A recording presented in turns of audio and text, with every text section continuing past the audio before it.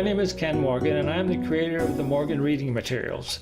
These materials are Orton-Gillingham-based structured literacy programs. The primary difference between these programs and other structured literacy programs is the funny, playful, interactive, and personal reading text.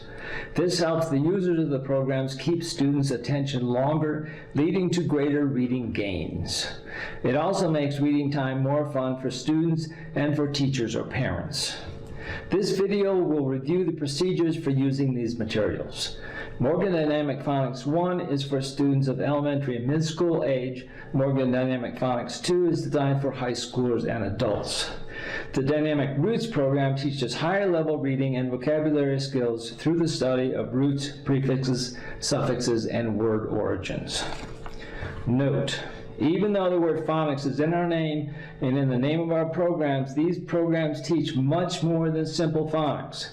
From pre-reading activities like phonemic awareness to using powerful phonemic awareness activities to enhance phonics instruction, to syllable division and syllable identification, to morphemes and morphological awareness.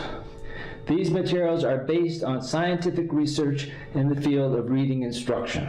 You can find an extensive reference list on our website. Structured literacy in Orton-Gillingham are designed to teach the structure of the English language, the structure of words in the language. Because we have ignored the structure of English in our reading instruction, reading scores in the United States have been flat for decades. Students who don't understand the structure cannot decode unfamiliar words in the English language. This is a quote from Louisa Moats, researcher and author. Given the consistent evidence from at least 4 decades of research, the public should expect that educators would have studied and implemented the findings. Not so. The gap between science-based ideas and practices and those most often used in our classrooms remains very wide and persistent. In my 25 years of using these programs in my elementary school special ed classes, I noticed that over 95% of my students struggled with decoding and needed to be taught in this manner. Now, back at the beginning of the 21st century, with the No Child Left Behind Act, the Texas Reading Initiative, and the California Reading Initiative, we thought that the science of reading instruction would influence how reading was taught in the schools. Unfortunately, this did not happen, and our kids did not get the instruction they needed.